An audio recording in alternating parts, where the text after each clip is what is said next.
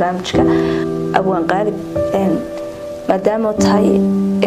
inaan aad u daayar isla markaasina ku nool magaalada Ceerigaabo bal maxaa dhalinyaradii asxaabtaadii kuwii ardaydiisu kula dhiganay maxaa dhiirigelin iyo dhalinyarada da'da yaradii kula mid Soomaalida dhan maxay kelmadda dhiirigelinka ay u dambaysa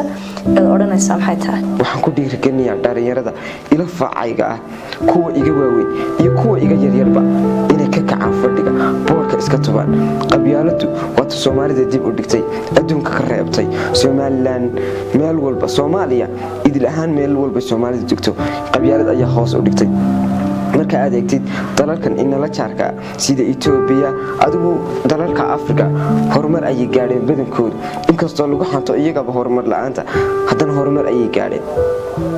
waxaan ku dhiirigelinayaa dhalinyarada inay ogaadaan inay yihiin maskaxdii ummadda iyo maankii dadka anigu markii aan bilaabiyay waxyaabahan dad badan sidaan kor ku soo xoosay ku soo sheegay ayaa iga hor yimi markuu qofku isdhaho wax bilow